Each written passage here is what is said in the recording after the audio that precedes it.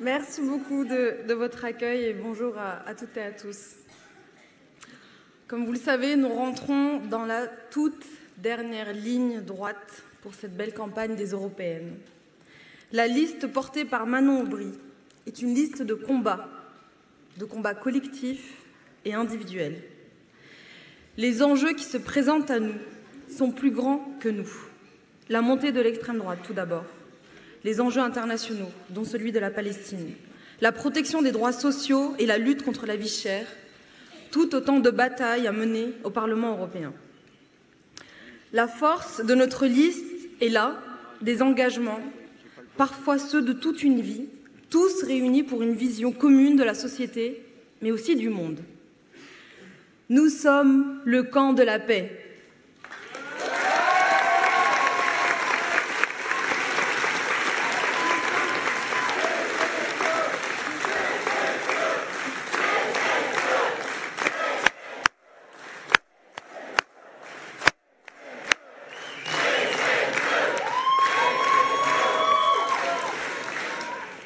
Nous sommes le camp de la justice sociale et environnementale. Nous sommes le camp de l'égalité homme-femme et nous sommes le camp de la fraternité et de la solidarité entre les peuples. En bref, nous sommes le seul mouvement qui parle à toutes et à tous et qui n'abandonne personne. C'est avec qui nous sommes fiers de militer pour l'Union. Chaque parole politique que nous portons nous engage nécessairement devant vous et nous le mesurons à vos mobilisations, vos attentes, mais aussi vos espérances. Transformer les colères en espérances, c'est peut-être là le plus grand défi du politique. Je dis souvent qu'on arrive en politique avec ce qu'on est, avec ses blessures, avec ses batailles et ses espoirs. Depuis que je me sais palestinienne, je suis témoin quotidiennement d'une injustice qui n'a que trop duré. Depuis que je suis française, je mesure aussi que ce beau pays qu'est la France peut mieux faire. Ce qui se déroule sous nos yeux nous oblige. Seule la voix de la justice nous honorera tous. La complicité, la passivité, la lâcheté d'Emmanuel Macron est insupportable.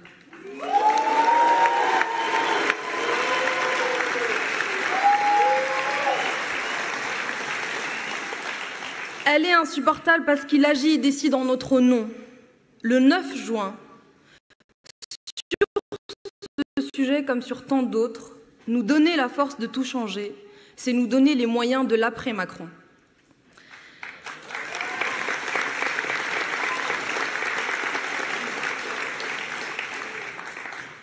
C'est parce que la cause palestinienne est imbriquée à la question des droits humains que la France et l'Europe s'honoreraient à la regarder comme une boussole.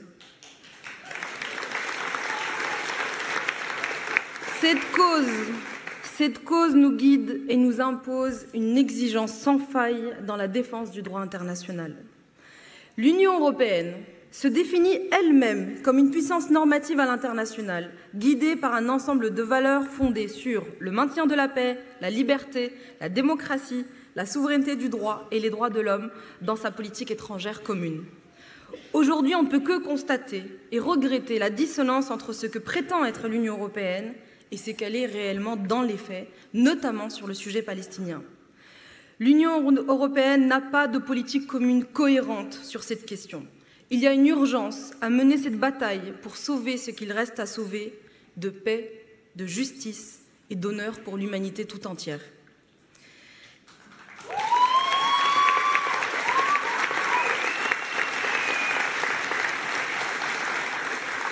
Il n'y a pas d'autre voie possible que la fin de l'occupation, la fin de la colonisation, le droit absolu à l'autodétermination du peuple palestinien, la reconnaissance de l'État palestinien, un embargo sur les exportations d'armes et enfin la fin de l'accord UE-Israël.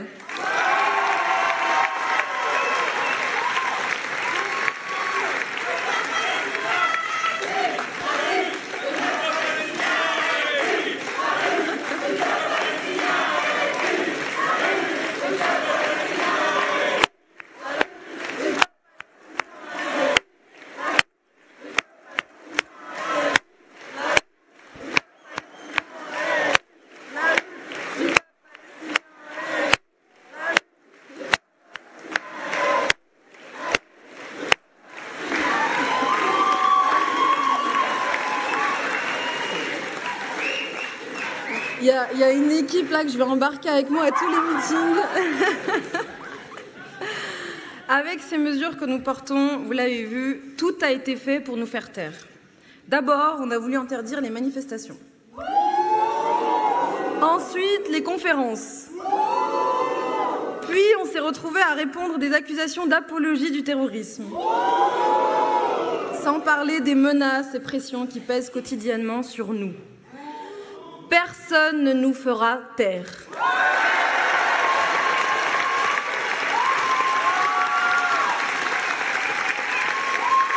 Et plus que ça encore,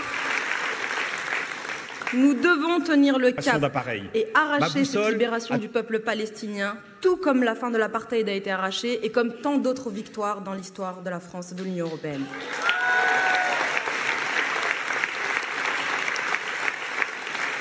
Il y a une bonne nouvelle dans tout ça, c'est qu'avec cette campagne, on a déjà gagné une bataille, c'est celle du narratif. Je ne sais pas si vous l'avez remarqué, nous sommes le seul mouvement à affirmer sans cesse que la Palestine est un sujet européen et elle doit s'imposer comme telle.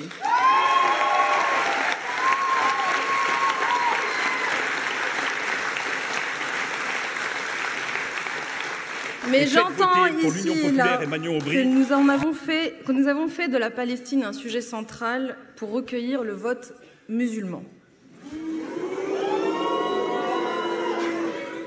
En réalité, ce qu'ils ne comprennent pas, et ce qu'ils n'ont d'ailleurs jamais compris, c'est que le ressenti et la mémoire de tous ceux qui aujourd'hui pleurent la mort des Palestiniens, ils et elles se voient en eux, ils et elles meurent un peu avec eux.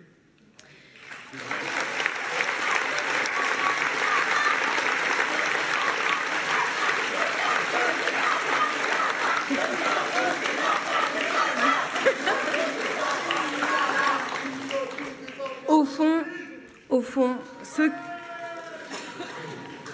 fond, ceux qui nous accusent d'instrumentaliser cette cause ne veulent pas voir qu'ils ratent avec les Palestiniens ce qu'ils ont raté avec tous ceux qui ont cette même mémoire de la colonisation. Et notre bataille, elle est là, humaniser tous ceux qu'ils ont réduits à des sujets sans voix et sans droit.